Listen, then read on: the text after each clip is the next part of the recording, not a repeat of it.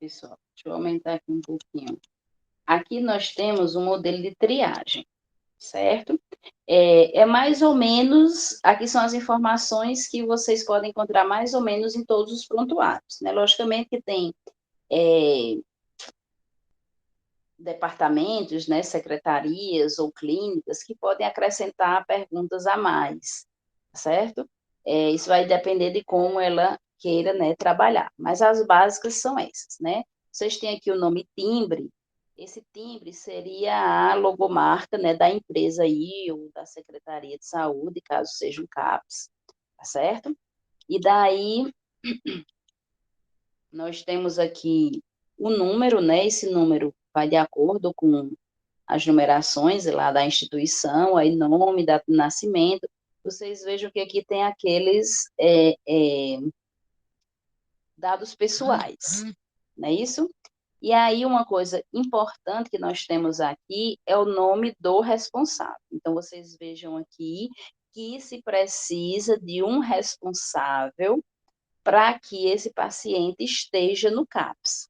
Não existe paciente em CAPS que não tenha um responsável.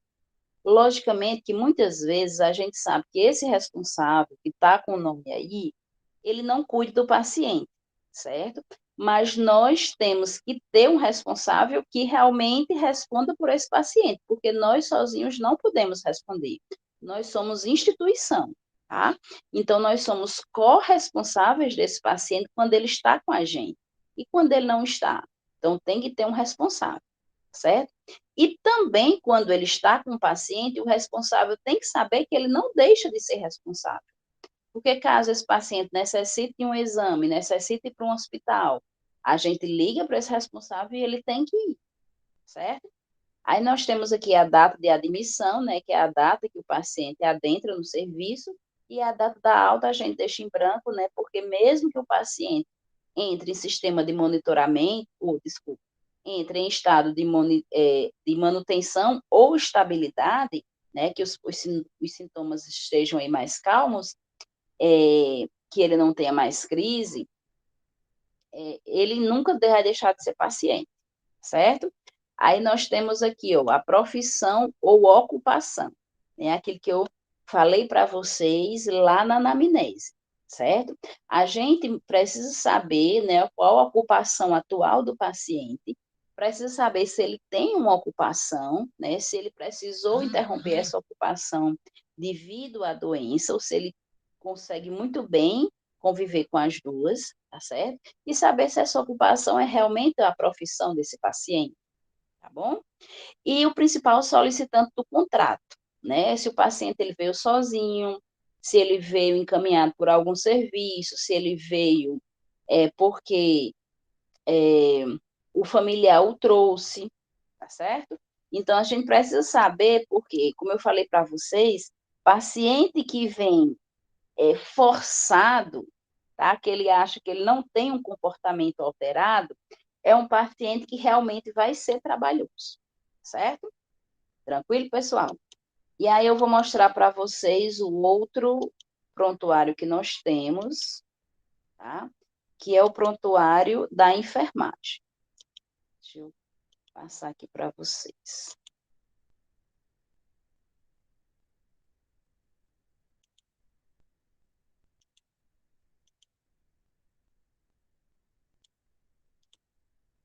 Pronto. Aqui nesse prontuário da enfermagem, deixa eu aparecer aqui, pronto. Aqui nesse prontuário da enfermagem, a gente tem a mesma coisa, né? A questão do timbre. O timbre é a logomarca aí da instituição ou da secretaria, né? Caso seja um CAPS. E daí nós temos o que eu falei para vocês, né? A queixa principal EHDA, História da Doença Atual, certo? Então, a gente tem que saber o que é que o paciente está sentindo hoje e qual o fator predisponente, qual o fator precipitante que ocasionou esses sintomas, tá?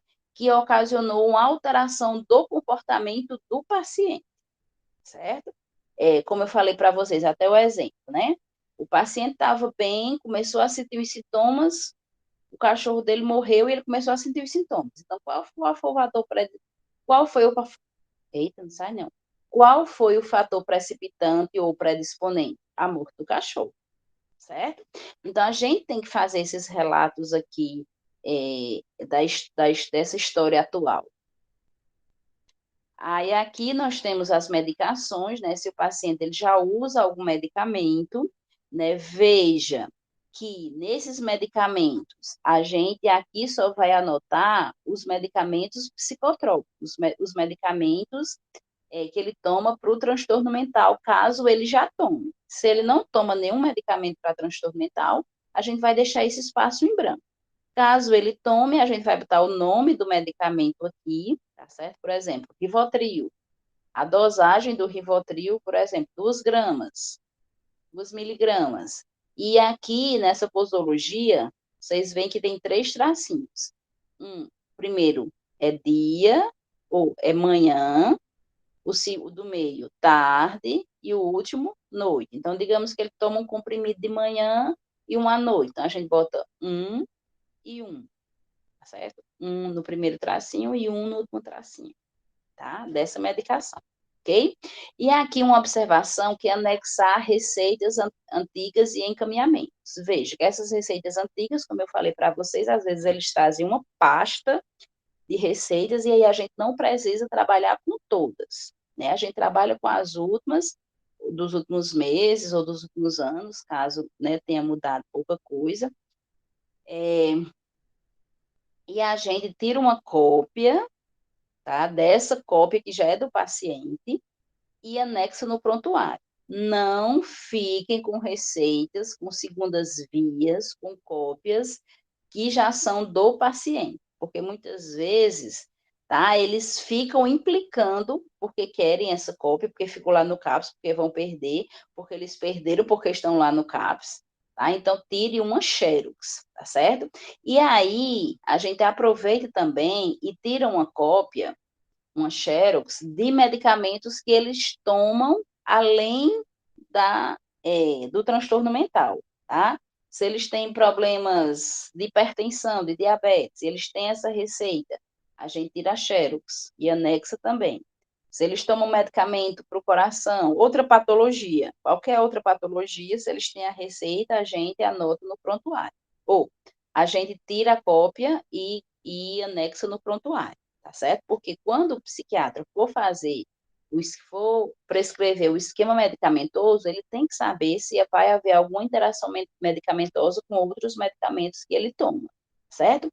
Caso o paciente não traga receitas, mas ele relata, ou o acompanhante relata que ele toma determinados medicamentos, aí lá no finalzinho do prontuário tem uma observação, aí você pode anotar nessas observações, que o paciente e o acompanhante relata que ele toma captopril porque tem problema de hipertensão, certo? Não deixem, pessoal, de anotar essa questão de outros medicamentos e outras patologias que o paciente apresenta fora os transtornos mentais, certo? E daí nós temos as histórias de internação, se o paciente tem história de internação, sim ou não.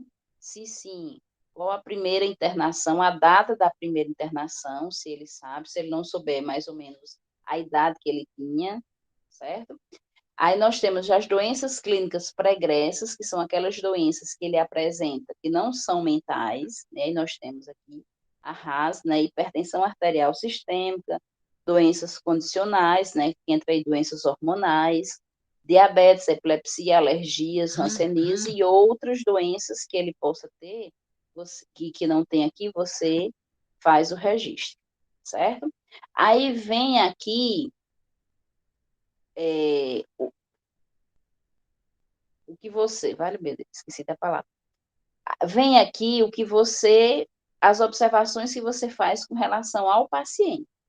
Essas observações, elas estão lá naqueles pontos do exame mental que a gente viu lá em anamnese e que estão também lá nos conceitos básicos, certo? Então, como é que está o estado geral do paciente? Tá bom, tá ruim, tá regular? Também você pode fazer anotações na frente, tá certo? O nível de consciência. né? O nível de atenção, a orientação, ele está orientado, está desorientado, certo? A memória está preservada, alterada, o estado afetivo, ele se encontra deprimido, agressivo, inquieto, exaltado, tá? Lembrando que nesses casos agressivos, temos que ter o acompanhamento do monitor para nos ajudar, tá? O padrão de sono é regular, ele apresenta insônias. A linguagem, mutismo, é normal, é mutista. Lembre que mutista não é que o paciente seja mudo, é que ele não gosta de falar muito, e muitas vezes ele só fala quando interrogado, tá? Logorreia é a mesma coisa de verborreia, o paciente fala demais. Muitas vezes ele fala demais porque ele apresenta o pensamento acelerado. Vimos lá em conceitos básicos isso. E solilóquios que o paciente fala sozinho, certo? Ele apresenta senso-percepções, que são as alucinações, as ilusões. Se apresenta alucinações, são de que tipo? Tá certo? E daí nós temos o pensamento é acelerado, é místico, é persecutório, apresenta perseguição, é místico com relação à religiosidade, à sexualidade, ao misticismo, a crenças, tá? E aqui observações que você queira fazer do comportamento do paciente, observações que você queira fazer com relação a tratamentos de outros medicamentos que o paciente faz, que não são os de transtorno mental, tá certo? E aqui é a conduta.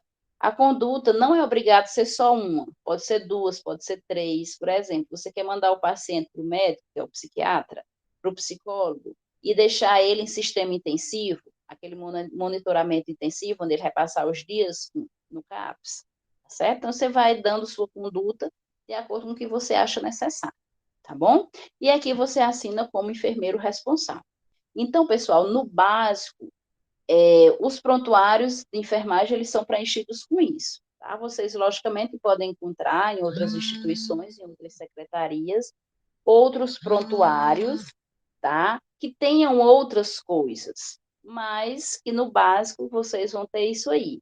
E veja que essas outras coisas, vocês acabam encontrando também lá nos conceitos básicos, que já foi estudado, como também lá na anamnese, que foi citado, certo?